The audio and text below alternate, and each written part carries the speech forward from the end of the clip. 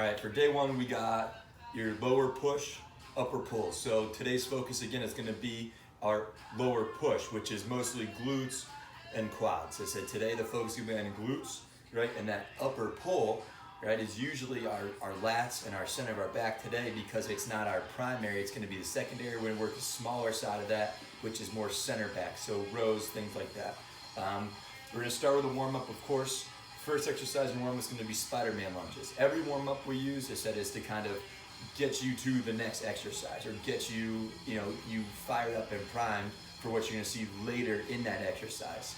We actually typically put the warm-up section or design the warm-up section after we see kind of what workouts are going into it. So again, we're looking to be super efficient. These don't have to be crazy long workouts if you can make them efficient. So again, efficiency, just getting ourselves fired up here, right, or the muscle groups fired up that we need to work. Right, so the first one, again, with this being, that low push focus on a lot of our glutes and quads, the first one we've got is a big Spider-Man lunge. It's gonna open up those hip flexors a little bit. I said, again, nice stretch through the butt and the quad here. So it's gonna start Spider-Man lunge, just coming down into our plank position. From here, we'll step up with our foot next to our hand, right? Notice my knee is right over my ankle here, okay?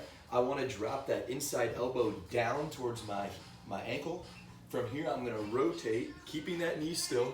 As I reach to the top, notice my back leg is straight, right? I wanna sit down into this a little bit to get a nice stretch through my glute here, right? Once I've done that, I said I'm gonna put it right back. Again, we wanna kind of do this with some motion. We don't want to be stagnant. We wanna be somewhat dynamic here. So that inside elbow drops, hold for a second, rotate to the side, again, keeping this knee straight and that back leg straight, and then we're just gonna switch.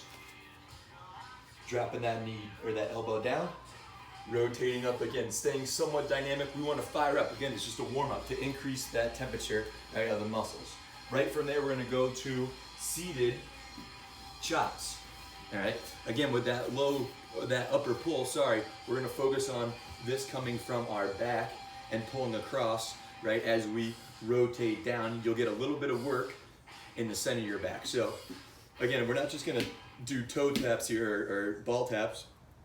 It's gonna be a chop. So we're starting from the top. I wanna chop down.